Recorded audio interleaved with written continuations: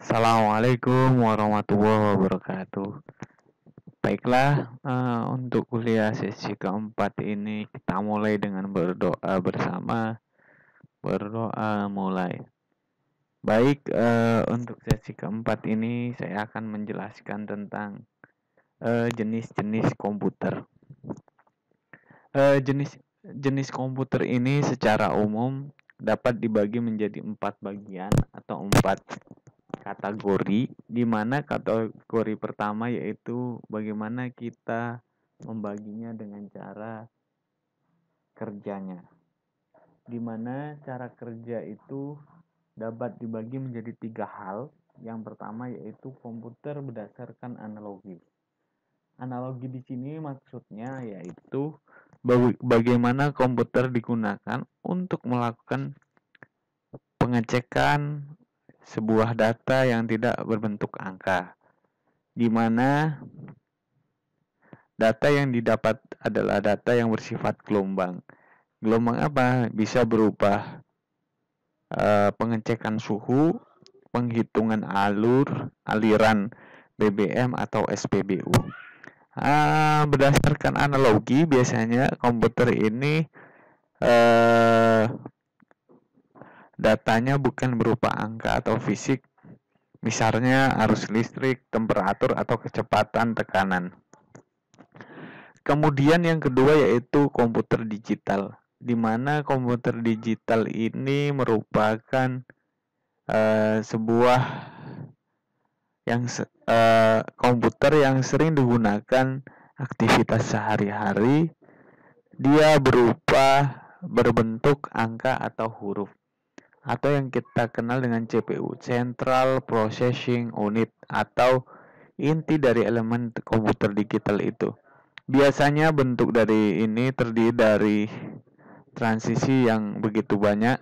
Contoh misalnya kita punya desktop, server, komputer tablet, atau notebook. Kemudian yang ketiga yaitu komputer hybrid. Hybrid ini biasanya merupakan komputer yang menggabungkan antara komputer analogi dan komputer digital.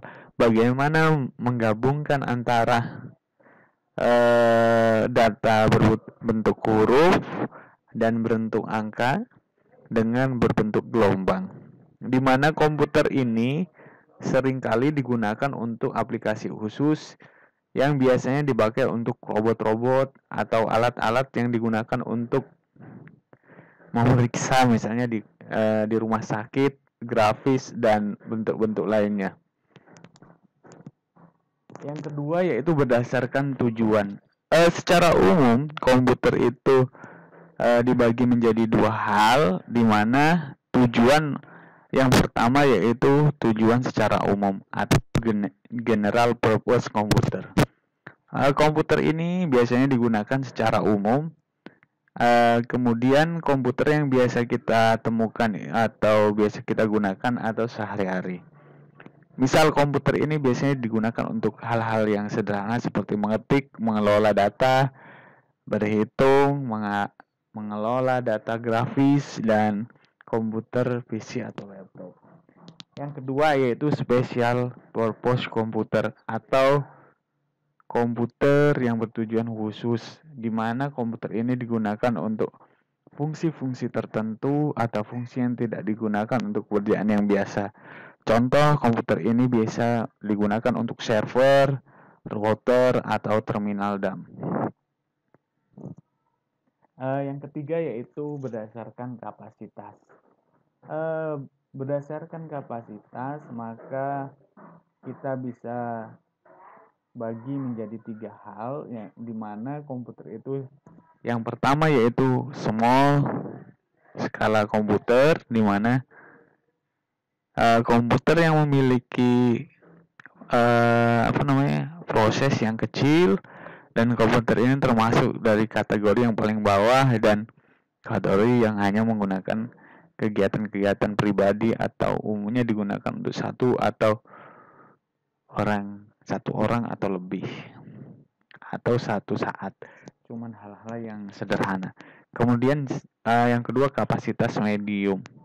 Medium ini biasanya kapasitas menengah atau yang kita sering kategorikan sebagai komputer mini yang biasa untuk melayani atau dalam terminal atau lebih ke hal-hal yang tidak secara umum digunakan untuk hal-hal yang lebih spesifik. Yang ketiga yaitu komputer large atau skala besar, di mana komputer ini dikategorikan adalah komputer maintenance atau komputer yang ramai atau digunakan bersama-sama, seperti penggunaan software, router, atau terminal. Yang ketiga yaitu komputer berdasarkan kegunaannya. Secara kegunaan kita bagi dua, special purpose komputer dan general purpose komputer. Special purpose komputer ini di mana komputer yang dirancang untuk kebutuhan khusus. Kebutuhan-kebutuhan yang lebih spesifik, misalnya untuk kebutuhan server, program tertentu untuk tersimpan di dalam komputer dan dapat berupa komputer analogi maupun digital, yaitu komputer yang mengkolaborasikan dua antara hybrid lah yang sering kita kenal dan umumnya komputer analog. Nah, komputer ini biasanya komputer analog. Terus yang general purpose komputer biasanya komputer yang dirancang untuk menyelesaikan bermacam masalah, dapat berupa komputer analog maupun digital maupun kebanyakan komputer digital. General purpose komputer ini biasanya untuk masalah-masalah yang up to date, misalnya bagaimana menghitung misalnya volume lalu lintas, terus menangkap bagaimana traffic atau kegiatan yang ada di lalu lintas. Secara umum, general komputer di awal-awal kita hanya mengetahui atau mengenal komputer yang berdasarkan analog dan komputer yang bersifat purpose. Yang kedua yaitu komputer dengan generasi kedua yaitu 1959 sampai 1964, di mana sirkuit berupa transistor, terus program dapat dibentuk dengan bahasa tingkat tinggi atau COBOL, FORLAP atau algoritma, atau yang sering kita biasanya kapasitas memori umumnya cukup besar. Nah, proses operasi secara cepat biasanya generasi kedua ini membuat lebih sedikit daya listrik dan beroperasi pada bisnis atau teknis. Komputer ini yang paling banyak digunakan untuk generasi kedua yaitu IB401. Untuk aplikasi bisnis biasanya IB1602 dan 7094 untuk aplikasi teknik. Aplikasi teknik itu apa? Biasanya berupa bagaimana mengontrol sistem, mengontrol setiap kegiatan yang akan kita lakukan. Ketiga yaitu komputer generasi ketiga, bagaimana komputer ini berupa integrated circuit atau sudah terjadi hubungan atau pemrosesan lebih cepat dan kapasitas memorinya lebih besar lagi dan penggunaannya lebih hemat.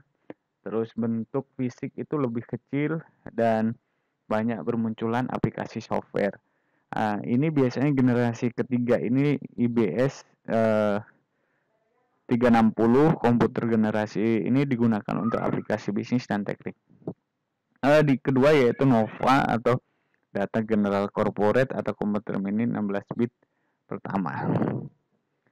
Generasi keempat yaitu komputer bagaimana large scale integrate, bagaimana komputer mikro yang menggunakan mikroprosesor dan semikonduktor yang berbentuk chip untuk memori komputer. IBM370 biasanya generasi keempat ini yang pertama, Cray 1 komputer super pertama, dan Apollo 2 personil komputer pertama.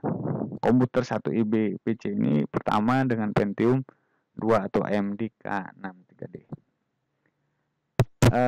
Selanjutnya yaitu generasi kelima, bagaimana komputer ini menggunakan very large scale integration, bagaimana mengintegrasikan semuanya dan adanya mikroprosesor dan semikonduktor. Komputer generasi ini menggambarkan komputer yang bisa bercakap dengan manusia sehingga bisa dikenal juga dengan sebuah general. Terakhir yaitu komputer generasi ke-6 yaitu abad ke-1, bagaimana komputer ini generasi dengan nantinya dikenal generasi titanium.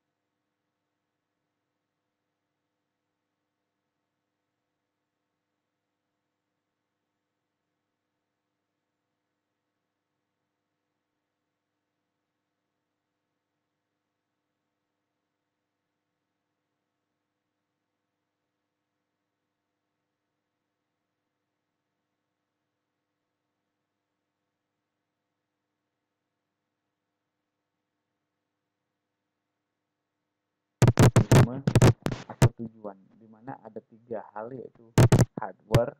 Bagaimana hardware itu peralatan fisik atau komputer itu sendiri yang secara fisik dapat dilihat dan dipegang atau dipindah. Software, di mana software ini digunakan suatu proses mengoperasikan komputer itu sendiri. Berbagai proses memproses data yang telah ditetapkan sebelumnya. Yang ketiga, brainware. Brainware itu bagaimana orang yang bekerja secara langsung dengan menggunakan komputer sebagai alat bantu atau orang-orang yang tidak bekerja secara langsung menggunakan komputer tapi menerima hasil kerja komputer yang berbentuk laporan. Bagaimana sih cara kerja komputer?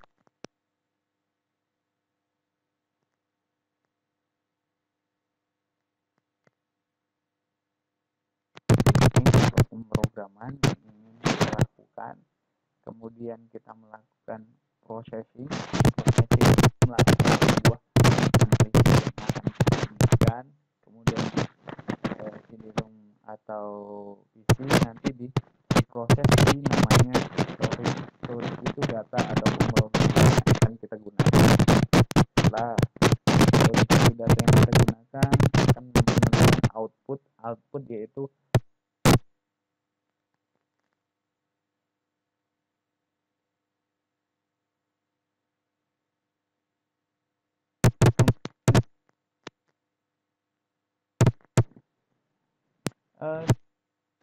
teknologi itu baik komputer yang pertama dengan teknologi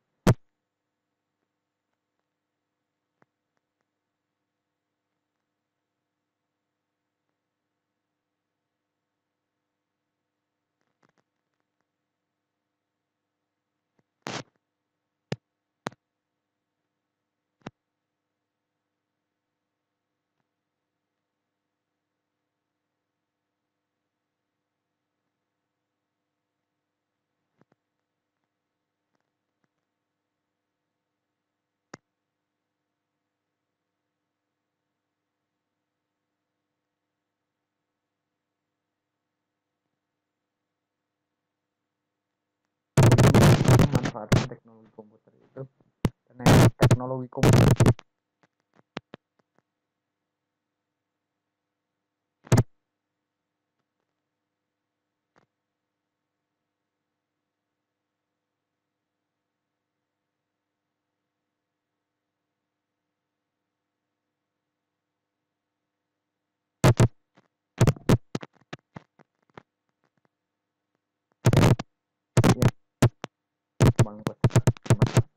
orang-orang itu